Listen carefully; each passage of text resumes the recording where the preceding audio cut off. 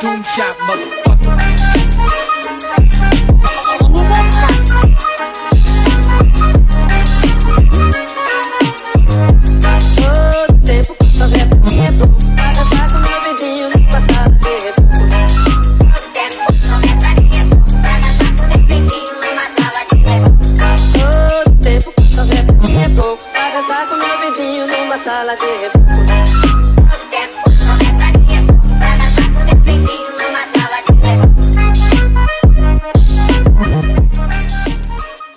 Há nomes que o tempo não apaga. Há jogadores que não precisam de explicação quando são mencionados em qualquer rodinha de futebol em qualquer cidade do Brasil. Bebeto é um desses nomes.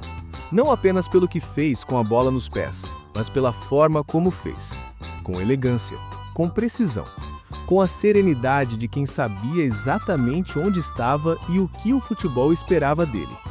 José Roberto Gama de Oliveira nasceu em 16 de fevereiro de 1964, em Salvador, na Bahia. Cresceu em um país que respirava futebol como quem respira ar, e desde cedo demonstrou que tinha algo diferente.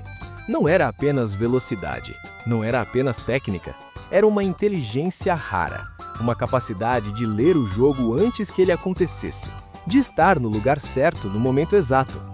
Essa qualidade não se ensina, ela se revela. E foi no Esporte Clube Vitória que ela se revelou pela primeira vez ao Brasil. O Vitória era, no início dos anos 1980, um clube de expressão regional, respeitado no Nordeste, mas ainda distante dos holofotes nacionais. Foi nesse ambiente que Bebeto começou a construir sua história.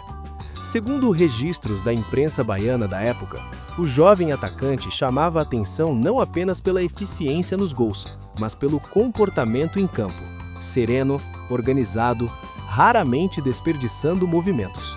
Havia nele uma maturidade que contrastava com sua jovem idade. O futebol brasileiro, nos primeiros anos da década de 1980, vivia um momento paradoxal.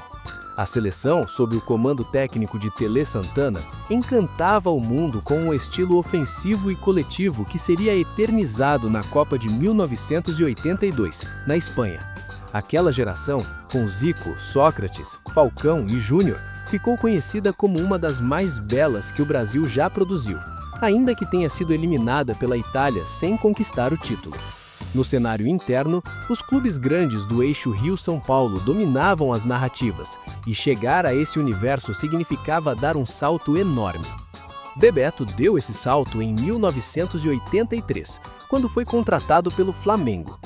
O Flamengo, daquele período, era o maior clube do Brasil em termos de torcida e um dos mais poderosos em termos de elenco. Havia acabado de viver seus anos de maior glória, com o título mundial de 1981 e os brasileiros consecutivos. Chegar ao Flamengo naquele momento era entrar em uma estrutura exigente, com companheiros de nível internacional e uma torcida que não aceitava mediocridade.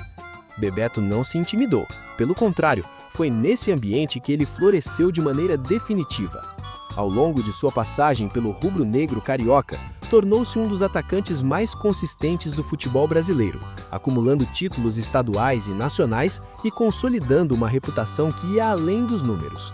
Segundo jornalistas que cobriam o futebol carioca da época, Bebeto tinha uma característica que o diferenciava da maioria.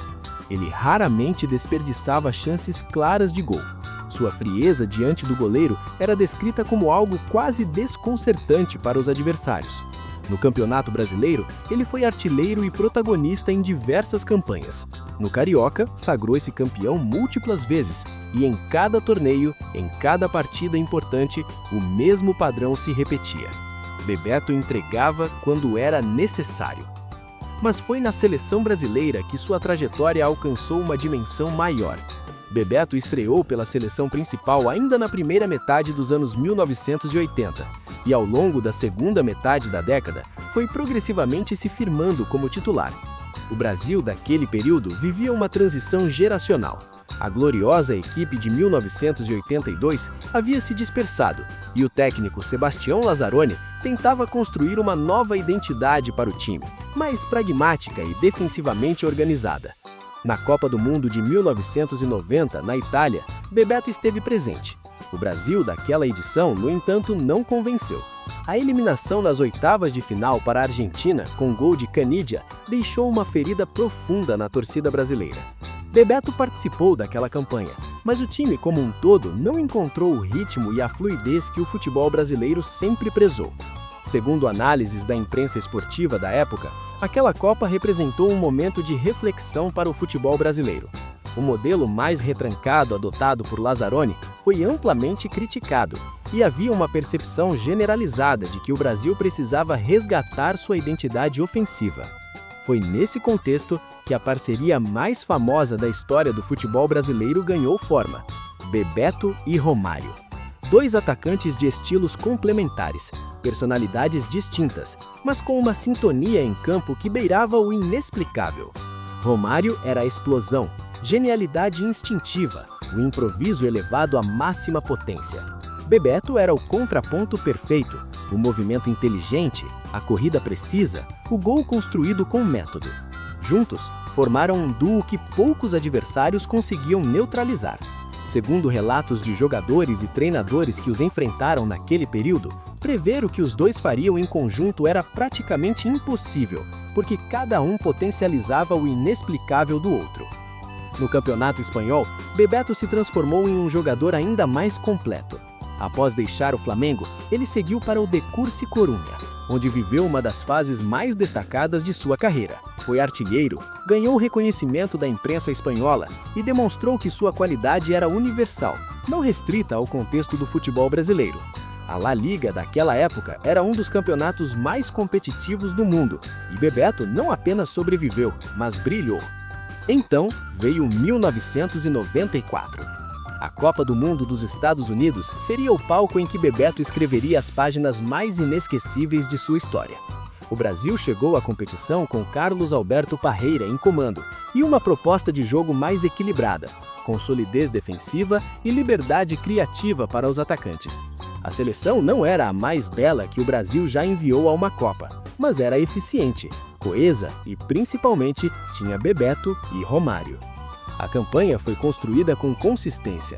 O Brasil venceu a Rússia por 2-0, Camarões por 3-0 e empatou com a Suécia por 1-1 na fase de grupos. Passou pelas eliminatórias e foi chegando à decisão com a segurança de quem sabia que tinha jogadores capazes de resolver qualquer situação. Contra a Holanda, nas quartas de final, Bebeto marcou. Eram gols que não eram apenas gols, eram declarações de que ele estava no seu melhor momento, no palco mais importante do mundo, entregando o que sempre havia prometido. Mas o gol que talvez mais o identifique naquela Copa não foi o mais importante em termos de resultado. Foi o que ele marcou contra a Holanda, seguido daquela comemoração. Bebeto correu em direção à linha lateral, inclinou os braços na frente do peito e começou a embalar suavemente um bebê imaginário. Romário e Mazinho correram em sua direção e fizeram o mesmo. Dias antes do jogo, sua esposa Letícia havia dado à luz seu terceiro filho, Mateus. Era um pai comemorando na maior vitrine do mundo. A imagem foi transmitida para todos os continentes e tornou-se instantaneamente uma das mais reconhecidas na história do futebol. A final foi contra a Itália, em Pasadena, no Rose Bowl. Foi um jogo tenso, travado, que terminou em 0-0 após a prorrogação e foi decidido em pênaltis. Bebeto converteu sua cobrança com a frieza de sempre. O Brasil venceu por 3-2 e Tafarel defendeu o chute de Massaro, enquanto o Roberto Baggio chutou por cima do gol, selando o tetracampeonato mundial. Era a quarta vez que o Brasil conquistava o mundo, a primeira desde 1970. 24 anos de espera. E Bebeto estava ali, no centro daquele momento como um dos arquitetos principais daquela conquista. Com 4 gols na competição e uma participação que foi muito além das estatísticas, ele havia cumprido a maior missão de um jogador de futebol.